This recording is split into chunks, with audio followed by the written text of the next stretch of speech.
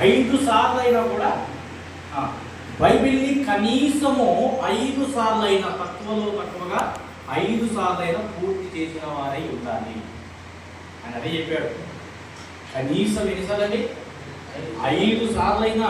స్కూల్లో టీచరు చాలాసార్లు ఆ పుస్తకం అంతా కూడా చదివిన తర్వాతనే వెళ్ళి బోధిస్తాడు. అలాగున దేవుని వాక్యాన్ని చదివేటువంటి మనము, చెప్పేటువంటి బోధకులమైన మనము ఏం చేయాలి? కనీసం 5 సార్లు అయినా. 5 సార్లు అంటే చాలా తక్కువ, నేను కనీసం చెప్తూ ఉన్నా. కనీసము 5 సార్లు అయినా బైబిల్ పూర్తి చేయాలి. అప్పుడు అలా పూర్తి చేసినప్పుడు ఏ గ్రంథం ప్రకారం ఏ గ్రంథం ఉంది, అలాగనే ఆ వాక్యంలో సారం ఏంటి, అన్ని విషయాలు మనకు అర్థమవుతాయి. అయితే పూర్తి చేసినంత మాత్రమే కాదు, కానీ ఇంకొకటి మనం ఏ భాగం అయితే తీసుకుంటామో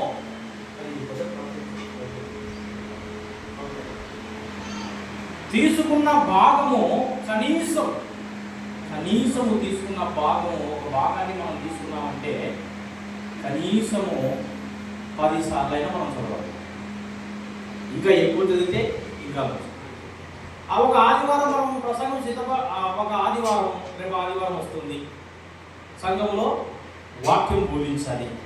ఎప్పటి నుంచి ప్రిపేర్ కావాలో తెలుసా? ఆదివారం నుంచి ప్రిపేర్ కావాలి.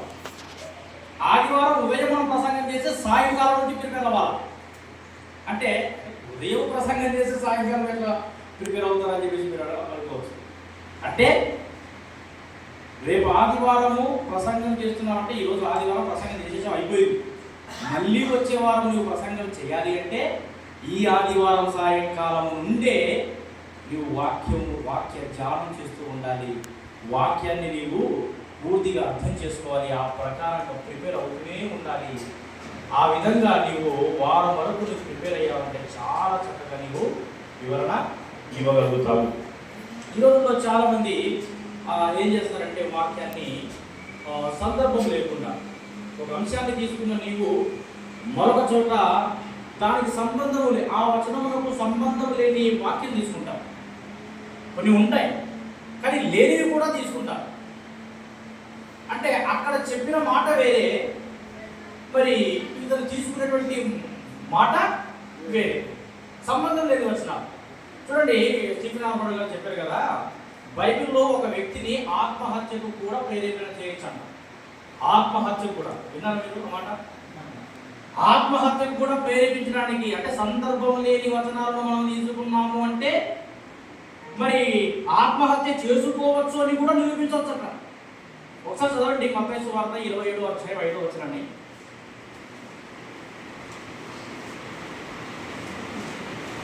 మత్తయి సువార్త 27:5.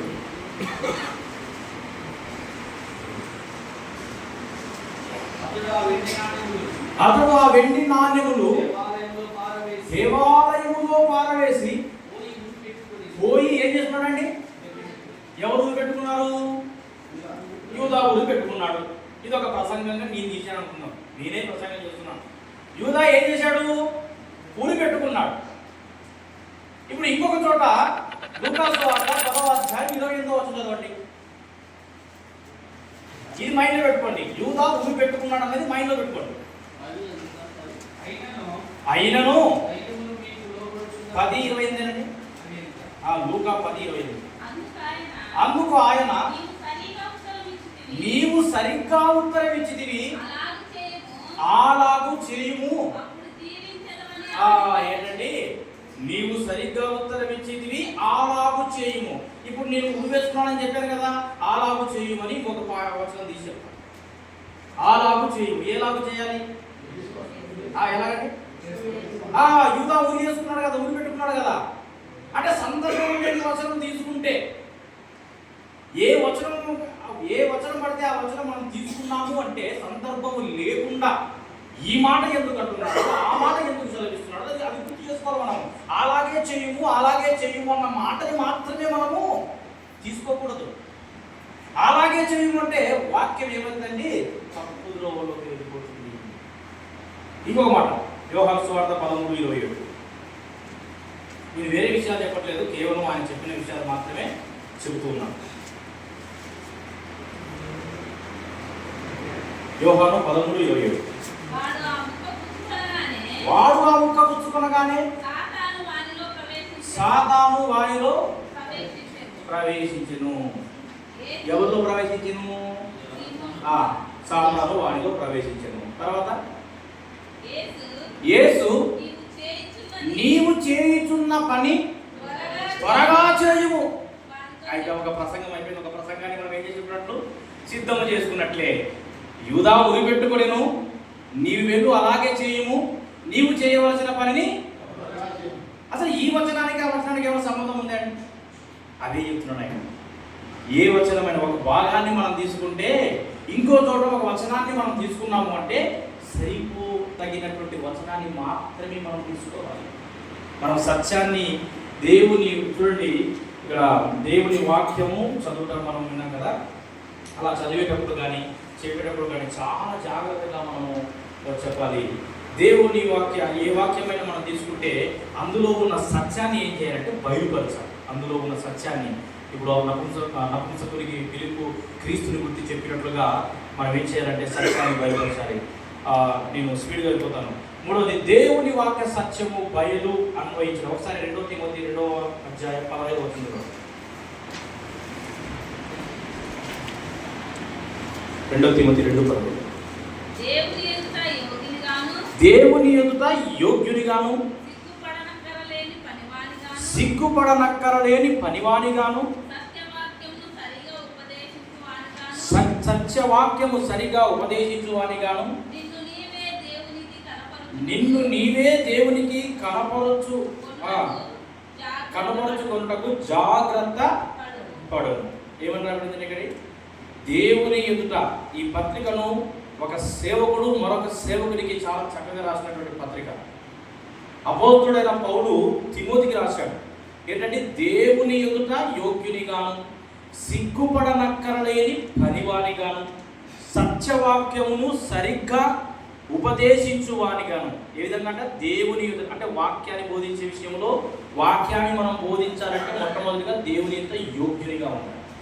అలాగనే సిగ్గుపడనక్కరలేని పనివానిగా వాక్యం బోధించే విషయంలో మనకు సిగ్గు అనేది ఏ మాత్రం కూడా ఉండకూడదు. సిగ్గు పడనక్కరలేని పనివానిగా సత్యవాక్యమును సరిగ్గా ఉపదేశించు వానిగాను నిన్ను నీవే దేవుని ఎదుట దేవునికి కనపరుచుకున్నటకు ఏం చేయాలంటే జాగ్రత్త పడుము. అపవిత్రమైన వట్టి మాటలకు విముఖుడవై విడుము. అపవిత్రమైన వట్టి మాటలకు విముఖుడవై విడుము. అట్టి మాట్లాడువారు మరి ఎక్కువగా భక్తిహీనులు. అపవిత్రమైనటువంటి మాటలకు మనకు ఏమాత్రం కూడా మనము మాట్లాడే వారుగా మనకు దూరంగా ఉండాలి. అయితే అట్టి మాటలు మాట్లాడేటువంటి వారు ఎవరు విధంగా భక్తిహీనులు అవుతుంది. అలాగే సత్యవాక్యాన్ని సరిగ్గా బోధించేటువంటి వారిగా మనం ఉండాలి. అలాగనే వాక్య ప్రకటన గురించి ఆచరణాత్మక మొదటిగా స్టీఫెన్ ఆఫర్ గారు చెప్పారు కదా, వాక్యం బోధించేటువంటి వారంటే కళాకారులు. ఏ విధంగా మన కళను ఉపయోగించుకోవాలంటే ఏ భాగమైనా మనం తీసుకున్నాం. ఉదాహరణకు యోహాను సువార్త 3:16 ఏమరాబడింది? దేవుడు లోకమును ఎంతో ప్రేమించెను, కాగా తన ద్వితీయ కుమారునిగా పుట్టిన వారి యందు విశ్వాసం ఉంచు ప్రతి వాడు నశింపక నిత్య జీవనం పొందినట్లు ఆయన అనుగ్రహించారు. ఒకవేళ ఈ భాగాన్ని మనం తీసుకున్నాం. ఒక భాగాన్ని మనం తీసుకున్నప్పుడు డైరెక్ట్గా వాక్యంలోకి వెళ్ళే ముందు ఏం చేయాలి కదా, ఈ సువార్తను ఎవరు రాశారు అది మనకు అర్థం కావాలి. ఎవరు రాశారు? ఆ సువార్తలోనే మనకు పైన కనబడుతుంది యోహాను. ఏ యోహాను రాశాడు? బాప్తిసం ఇచ్చే యోహాను. ఏ యోహాను అండి? యేసుక్రీస్తు ప్రియమైన శిష్యుడైనటువంటి యోహాను. అలాగే ఎవరు రాశారు అనేది మనకు తెలియాలి, మనం చెప్పాలి కూడా, లేకపోతే కన్ఫ్యూజ్ అవుతారు. అలాగే ఎందుకు రాయబడింది? తీసుకున్న భాగం ఏది? యోహాను సువార్త 3 ఎందుకు రాయబడిందని మనకు తెలియాలి అంటే ఆ బైబిల్ గ్రంథాన్ని మనము 5 నుంచి 10 సార్లు వరకు చదివితే ఆటోమేటిక్గా మనకు అర్థం. యోహాను సువార్త 20:21 ఒకసారి.